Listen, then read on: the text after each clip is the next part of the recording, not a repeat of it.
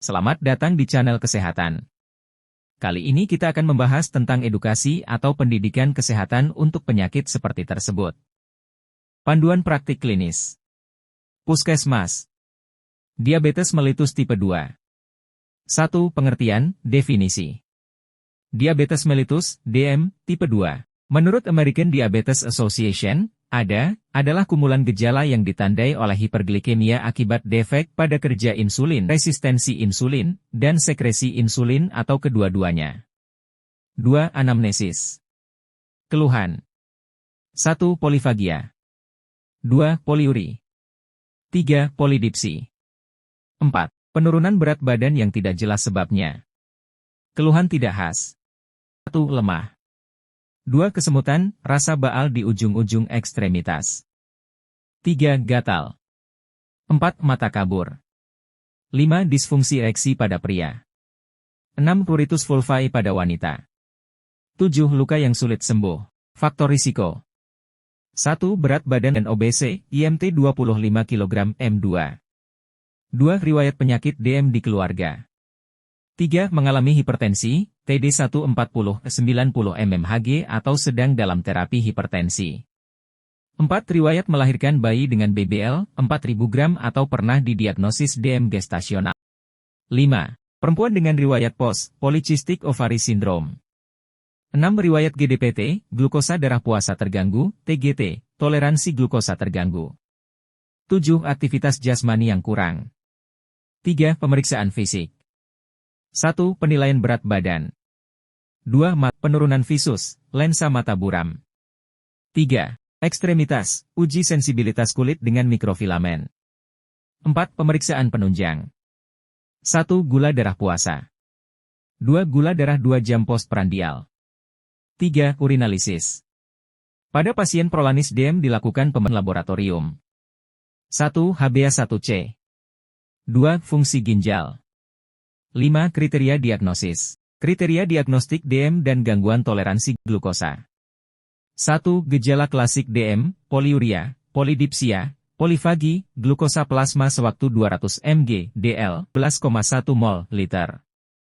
Glukosa plasma sewaktu merupakan hasil pemeriksaan sesaat pada suatu hari tanpa memperhatikan waktu makan terakhir atau 2. Gejala klasik DM, kadar glukosa plasma puasa 126 mg, DL. Puasa diartikan pasien tidak mendapat kalori tambahan sedikitnya jam atau 3. Kadar glukosa plasma 2 jam pada tes toleransi glukosa oral, TTGO, 200 mg, DL, 11,1 mol, liter, TTGO dilakukan dengan standar WHO, menggunakan beban glukosa anhidrus 75 gram yang dilarutkan dalam air. Apabila hasil pemeriksaan tidak memenuhi kriteria normal atau DM, maka dapat digolongkan ke dalam kelompok toleransi glukosa terganggu, TGT, atau gula darah puasa terganggu, GDPT, tergantung dari hasil yang diperoleh. Kriteria gangguan toleransi glukosa.